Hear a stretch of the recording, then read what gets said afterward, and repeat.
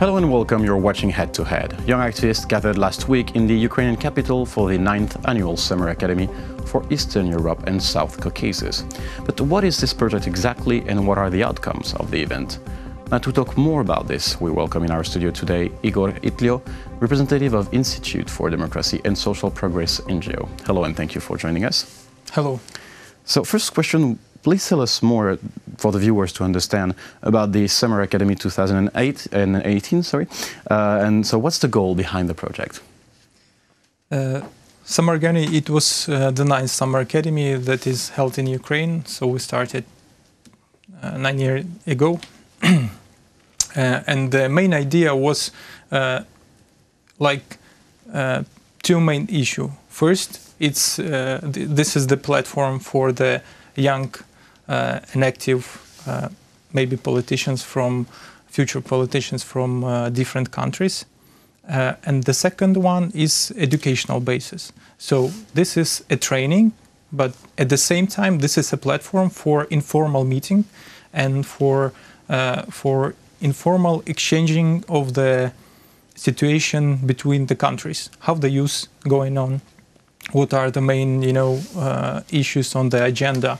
What is the perspective of the young people here in Ukraine and in other countries? So we have representatives from this year. We have representatives from Moldova, from Armenia, from Georgia, and from Belarus and Ukraine. It was 5 countries.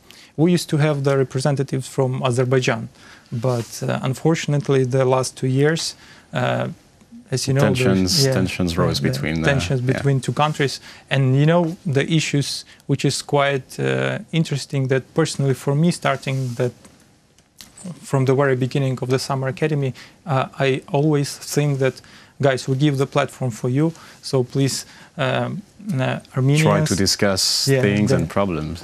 So let's try to discuss the problems that are so something that split you, but something that you are in favor of.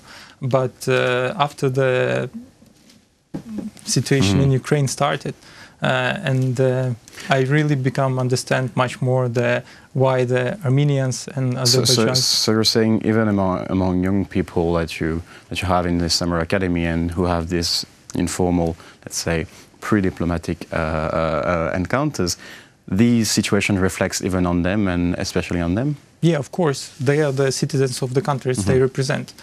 And though the atmosphere on the Summer Academy is very friendful, and this really 5 days of great events. So from 9 till 6 you have the formal sessions,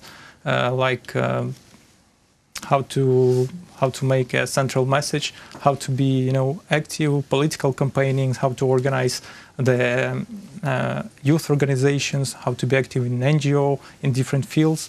And after 6 you have informal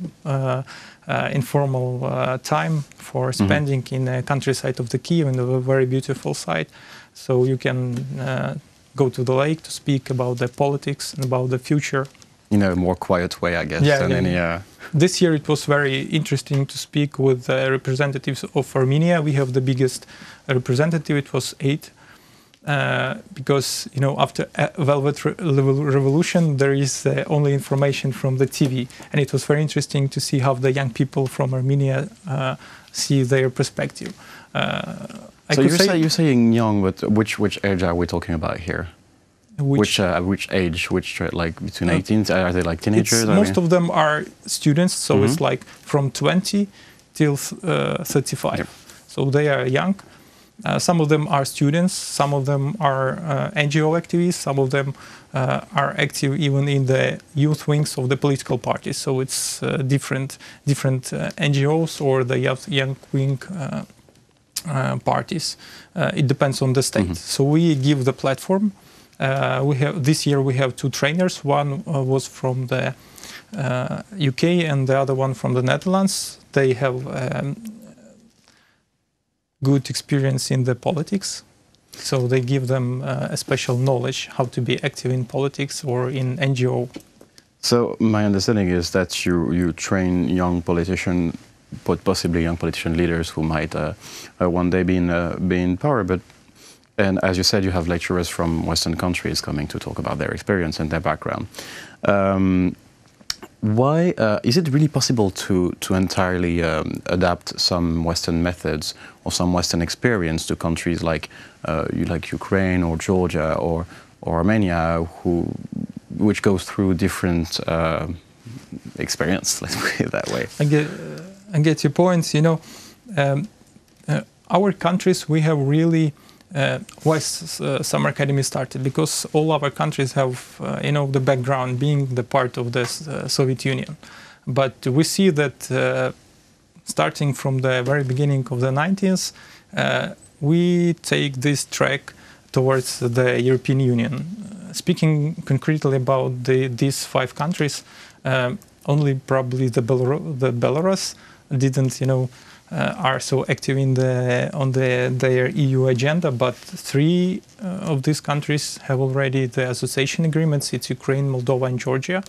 So everything changed, and I think that the approaches from the EU and from our partners from the West, they are quite successful here in Ukraine. Also, we see that there is a path according to which Ukraine changed in the political way, in the democratic way, in the anti-corruption sphere, and different spheres. So all the methods that our partners give, I think that they are quite successful and could be quite successful here, especially when you know, these methods are used by the young people, because they appropriate themselves and translate it in a different way. Because I think that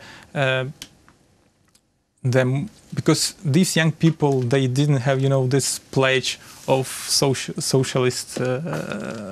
This kind of background from socialism. There's new to this game. But like that's what interested me here is you talked about earlier about the Guam and this union, and well, of course there has been tensions between some countries of this union.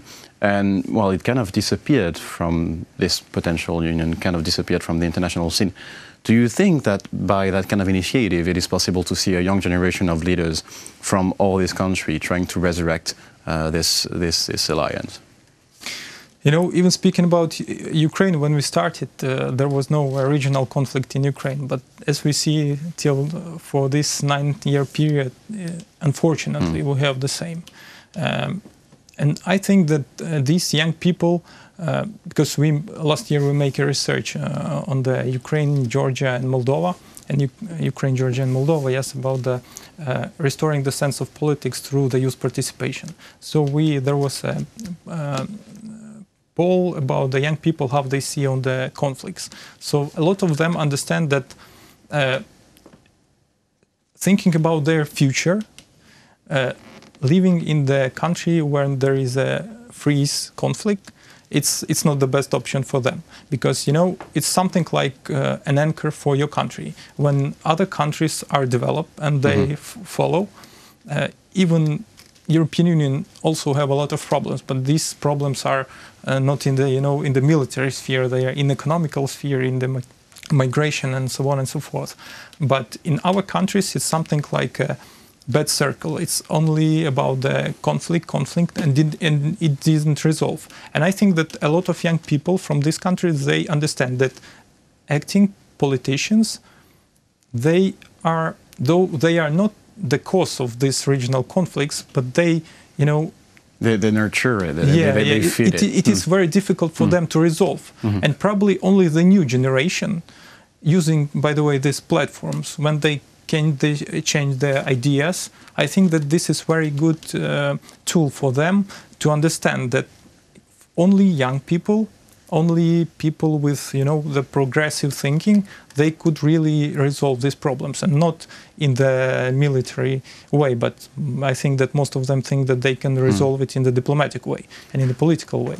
And I think that this is something that it is the core of the Summer Academy, to give the platform and to give the understanding to these young people that these conflicts should, and I really believe that they would be resolved by this great young people. Now, and to conclude this interview, this is part of an initiative of the Institute for Democracy and Social Progress. What's next for your institute? During year we are doing a lot of issues and a lot of events, especially in the youth dimension. We have a different dimension which is called SD platform. It is the other wing of Institute for Democracy and Social Progress. So there is different events in the educational sphere, but at the same time we do a lot of research on different issue. But in the core, I think that this is political education of young people. So we really believe that new generation of Ukrainian and Ukrainian politicians could solve a lot of problems and could give a better future for our country. Well, thank you for this overview. It was a pleasure to have you in the studio today. Thank you very much. It was a pleasure also for me. That was Igor Iltyo, representative of Institute for Democracy and Social Progress NGO. Thank you for watching and stay tuned for the rest.